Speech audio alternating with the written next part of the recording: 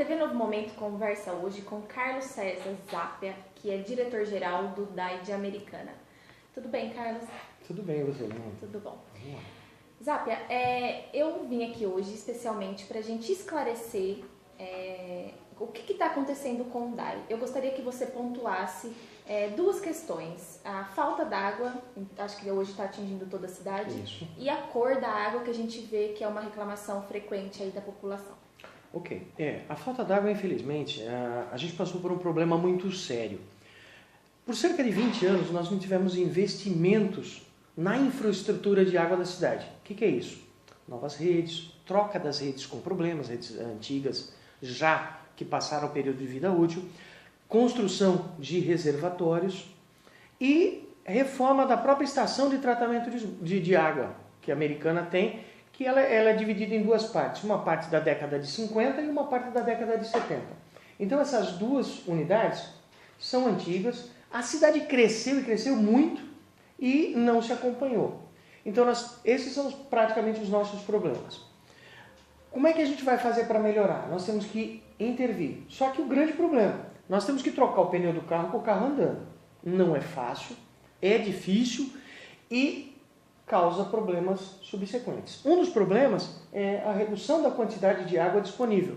Porque para reformar na saeta, uma das linhas de operação tem que ser interrompidas para serem reformadas. E essa interrupção, essa paralisação para a reforma, reduz em torno de 20% a 30% da capacidade de produção. Então isso está acontecendo desde o final do ano, para que a gente consiga ter a ETA operacionalizada, melhorada e, acima de tudo, com tecnologia. Por quê? Porque como ela é muito antiga, ela está atrasada em tecnologia. Quais tipos de materiais hoje estão embaixo da terra na rede de Americana? Em Americana nós temos vários materiais. O início, lá na década de 30 e 40, nós tínhamos as redes de ferro. Depois, na década de 70, 60, final da década de 60 e década de 70, a gente passou a ter as redes de fibrocimento. E depois entrou as redes de PVC e mais atualmente as redes de PAD, que são as mais adequadas e indicadas. As redes de ferro, elas apresentam um problema de incrustação. Vai enferrujando por dentro e a luz do tubo, quer dizer, por onde passa a água, ele vai fechando, chega a um ponto que não passa quase nada ou não passa nada. E essa rede tem que ser substituída, porque a ferrugem tomou conta do cano. Esse é um dos problemas. A rede de fibrocimento é uma rede que lembra aquelas caixas d'água antigas que a gente tinha em casa, rígidas, né? E ela trinca quando o solo permite isso, ou então ela começa a se desfazer. Essas redes também têm uma quantidade muito grande, porque a Americana tem mais ou menos 1.000 quilômetros de rede enterradas. Desses 1.000 quilômetros, metade dele, entre 45% e 50%, para ser mais preciso, está precisando ser trocada, porque é desse tipo de material. E aí depois veio o PVC. O PVC muito melhor, mas mesmo assim, no período de crise econômica, o PVC passou a ter problemas construtivos. Então, empresas menores começaram a fazer esse tipo de material de forma caseira e ele começou a apresentar problemas de variação, então eles não são muito precisos, em vez de circular são elípticos, ovoides, então a gente ainda tem tubos desse enterrado. Ou seja, tudo que tem hoje embaixo da terra da rede de água de Americana apresenta algum tipo de problema que gera a falta d'água. Não vou dizer tudo, mas metade disso provavelmente sim. Então nós precisamos trocar. Isso a gente começou a fazer. Um trabalho que a gente começou o ano passado, é um trabalho muito lento, porque você causa N problemas. A gente vai ter que cortar a rua, a região que está sendo trocada vai ficar sem água naquele período. Então ele tem que ser gradual. Nós começamos, o ano passado a gente fez cerca de 20 quilômetros de troca de rede na cidade, em pedaços, os trechos piores. Tal. Depois a gente fez um trecho grande na região do Santa Catarina, a gente fez um trecho já de 12 quilômetros só ali, então ali foi trabalhoso, mas já pegou uma área inteira, uma base inteira, que ali era muito ferro e também fibrocimento. E esse ano a gente já conseguiu fazer cerca de 20 quilômetros de troca. Trocamos no São Manuel, trocamos um trecho aqui da Cortenunce. Então a gente está trocando os bairros mais antigos que apresentam o maior problema, que as redes estão mais entupidas. Então isso também já está em andamento. E esse trabalho tem que ser gradual realmente, porque não tem como você parar o abastecimento da cidade para fazer Exatamente, não dá para fazer de uma vez. Então é um trabalho lento? É. A nossa previsão é fazer toda essa troca em cerca aí de 10 anos. E depois a gente só vai fazer manutenção. Então aí a gente tem um alívio muito grande. Até lá, a gente continua tendo alguns vazamentos, a gente continua tendo variação de pressão e de volume de água na torneira, mas já melhora bastante. Uma outra coisa, a reforma dos decantadores, para melhorar a ETA e para fazer com que essa ETA trabalhe dentro da nossa necessidade atual. Não daquela necessidade lá da década de 70 ou da década de 50, que é quando ela foi planejada. Então a gente começou, no início do ano, a reparar principalmente os decantadores. O decantador é onde a sujeira, eu vou usar um termo errado aqui, é juntada, né? É onde a gente faz com que forme um floco de sujeira e esse floco fica pesado e afunda. Então é o decantador. E esse decantador ele tem tecnologias, ele tem técnicas para que ele possa ser mais ou menos eficiente, para que ele possa ser mais veloz ou menos veloz. Então a gente está mudando esses equipamentos para que a gente incorpore nele tecnologia, melhore a eficiência e aumente a velocidade. Então nós começamos lá no início do ano, já conseguimos fazer 2, que estão completos, já entraram em operação, já melhoraram muito a sua capacidade. A velocidade de ação deles praticamente dobrou. Agora nós estamos terminando, nessa semana, o 3º e vamos começar o 4º. Então a previsão, cada um leva em torno aí de 40 a 45 dias. Então a nossa previsão é no final do mês que vem, a gente está com todos trocados, todos em ordem, aumenta a velocidade. E uma coisa, ele interfere muito no filtro, porque o filtro é que vem depois dele. E se ele não está funcionando bem, a gente usa um termo técnico que chama comatar. Comatar é entupir o filtro. E a gente precisa lavar o filtro com mais frequência. Quanto mais eu lavo o filtro, mais água eu consumo. Cada lavagem de filtro são 150 mil litros d'água. Eu tenho 10 filtros, é 1,5 milhão de litros d'água que eu gasto. E na situação que nós estamos lavando esses filtros até 3 vezes por dia. Então 1,5 milhão de litros lavado a cada até 3 vezes por dia são quase 5 milhões de litros d'água que eu usava só para lavar o filtro. E não podia usar essa água para a população, para consumo. Agora a gente já reduziu. Na área nova, nós já estamos lavando o filtro apenas uma vez por dia. Então é uma redução significativa? Reduzimos 60%. Então isso a gente está levando. Essa é uma ação? Uma outra ação que nós já estamos com ela programada, já está entrando em processo licitatório, é a construção de reservatórios. Como eu disse lá no começo, a cidade cresceu, mas os reservatórios não, ao contrário. Nós vamos perdendo reservatórios. Por quê? Eles começam a trincar, são reservatórios antigos, começam a vazar, são reservatórios só de concreto, de cimento. Então são reservatórios que podem ter variação. E a gente está aplicando agora uma nova tecnologia.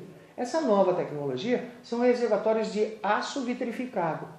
O que é isso? É um material novo, ele não é nacional. O ferro, né, o aço, ele é fundido junto com o vidro. Então o vidro vai permitir que ele... ele vai impedir que ele tenha vazamentos. E vai garantir que não haja corrosão. Aí a durabilidade desse equipamento é muito maior. A velocidade de construção, então, é assustadora. Um reservatório de 2,5 milhões de litros d'água de concreto, ele leva 1 ano, 14, chega até 18 meses para ser construído. Um reservatório desse tipo leva apenas 8 meses. Então a gente ganha tempo. E o custo também acaba sendo menor, porque como ele tem menos tempo, acaba compensando. Então nós vamos iniciar o processo licitatório e devemos concluir esses reservatórios até o final desse ano. Na cidade nós vamos colocar 5 reservatórios distribuídos pelo município para poder atender à necessidade do município. E aí a gente entra na questão, por que a água falta? Falta por causa desse motivo. Esses motivos todos fazem falta de água. E a cada vez que eu faço um reparo na rua, nossa equipe vai até lá, vai fazer um reparo, vai parar a água para poder trabalhar. Sim. Nessa paralisação, então, pode interferir numa quadra, 2, às vezes no bairro todo, dependendo do tipo de reparo. E aí a gente entra no problema da água suja. O que é a água suja? A cada vez que a gente tem uma interrupção de água na cidade, que para, seja por um reparo, seja porque o consumo está elevado, ou seja porque a gente teve um problema técnico, uma bomba que pifou, queimou, ou um problema de estrutura que quebrou, interrompe o abastecimento, seca-se a rede por dentro. Quando a gente seca a rede, a hora que a gente colocar a água de volta dentro dessa rede, que a gente vai empurrar, essa água vai entrar com força e vai levando o material que está na rede. Então as redes de ferro levam pó de ferro. A água vai chegar na sua casa avermelhada. Por quê? Porque ela tem ferro, ela tem uma quantidade de ferro. Esse ferro vai sair? Vai. Ela pode chegar enegrecida. Enegrecida é o manganês. O manganês ele é muito comum na água, né, e faz parte do processo todo até, e ele deposita-se no fundo dos reservatórios. Então, se o reservatório seca, ele fica com uma camada de manganês no fundo. Quando ele enche outra vez, que ele enche por cima, ele vai cair. É como a gente encher, como a jarra encher um copo d'água. Ele vai bater no fundo e vai revolver. Então, aquele material sai e vai acabar parando. E um outro problema, às vezes tem barro. Agora, da onde vem o barro? Tem barro dentro da rede? Não. Quando a gente vai fazer um reparo, quando teve um vazamento, esse vazamento, ele trincou, a água sai do cano e em volta, que está dentro da terra, ela vai ficar toda molhada, vai formar um barro e conforme o tempo vai ficar cada vez mais fluido. Quando a gente fecha essa rede para poder fazer o reparo, essa rede ao invés de estar pressurizada, ela passa a ser pressão negativa, ou vácuo. Então ela chupa aquilo que está em volta dela, através do trinco da onde quebrou. Ela vai chupar esse barro e vai entrar dentro da rede. Quando a gente fizer o reparo, consertar tudo bonitinho e pressurizar a rede, esse barro vai ser empurrado. Então a gente vai lá embaixo, no ponto mais baixo da rede, e abre uma descarga, que é para tirar essa sujeira. Mas a gente não consegue uma eficiência completa. Parte dessa sujeira vai entrar para as ligações das casas, que estão antes da descarga. Lógico, quem está mais perto vai ter mais chance de ter, e vai ter um volume maior, numa cor maior. Quem está mais lá embaixo, perto da descarga, menor. Eu tenho que fazer alguma coisa assim? Sim, a gente precisa fazer duas coisas básicas. Se você vê que estão fazendo um reparo perto da sua casa, fecha a entrada de água, para não ir água para a sua. E para não criar aquele vácuo na sua rede. Se cria o vácuo, ela puxa tudo para dentro mesmo. Fecha.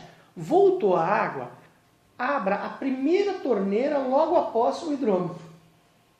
2 minutos de torneira aberta, não precisa mais do que isso, ele vai limpar toda essa rede. Ele vai limpar a água. Zap, para a gente encerrar então, explica pra gente rapidinho a água branca. A água branca. Água branca, muita gente fala assim, aquilo é cloro. Gente, não é cloro, tá? Primeiro que o cloro não dá essa cor. O cloro, ele é um gás, nós usamos o cloro puro aqui, 100% puro. Ele é um gás verde e quando ele é adicionado à água, ele praticamente perde a cor por causa da dosagem. Ele pode, se tiver uma dosagem muito acima, ele pode ficar com um tom amarelo esverdeado. Mas isso não é possível, porque os nossos equipamentos não permitem que você aumente a dosagem. Ele é automático. Se você partir para uma dosagem maior, para dar essa cor, ele trava. Então não dá. O que acontece com a água branca? A água nada mais é do que microbolhas, uma quantidade absurda de bolhas, como bolhas que tem na água com gás, quando a gente compra uma garrafa de água com gás. A água com gás tem bolhas grandes e poucas. Ali não. Nós temos bolhas, olha, como me corrigiram hoje, 1/10, né, do tamanho da bolha da garrafa de água. Então ela é muito pequenininha. Essa bolha, e também numa quantidade absurda, tem 1000 vezes mais bolha do que uma água com gás. Essa bolha, ela forma como prisma, ela recebe a luz e ela concentra a luz branca. Então, ela reflete a luz, o espectro de luz completo. Aquilo que a gente aprendeu lá no ginásio, na 8ª série, nas aulas de física. Ela reflete aquela luz, dando a impressão que é a luz que está branca. Se a gente botar essa água num copo e ficar olhando, ela começa, do fundo do copo, ela começa a voltar a ser incolor, tá? Por quê? Porque as bolinhas estão sendo dissipadas para o mar ambiente. Então ele vai desaparecer. Não é agradável? Não. Olhar aquilo ali a gente fica impressionado. Falar, tá leitoso, né? Tem produto químico. Não, não é isso não. São microbolhas. É um problema físico, ele não é químico. Se eu aguardar um pouquinho, ele vai desaparecer. E o pouquinho que eu digo é questão de segundos. Ele desaparece muito rápido. Menos de 1 minuto desapareceu. Mas eu posso tomar? Pode. Na verdade, você pode tomar. Você vai estar pondo água com CO2. É água com gás, como qualquer outra água. Só que numa concentração muito maior e não perceptível na língua. Não é como a água com gás que arde a língua, essa não vai arder. Tá? Mas conselho, deixa ela dissipar, né? Porque aí pelo menos não agride a visão e a gente consegue beber com mais tranquilidade. Legal. A TV Novo Momento fica por aqui. Zapa, muito obrigada pelos esclarecimentos. Eu é que agradeço, a gente está à disposição.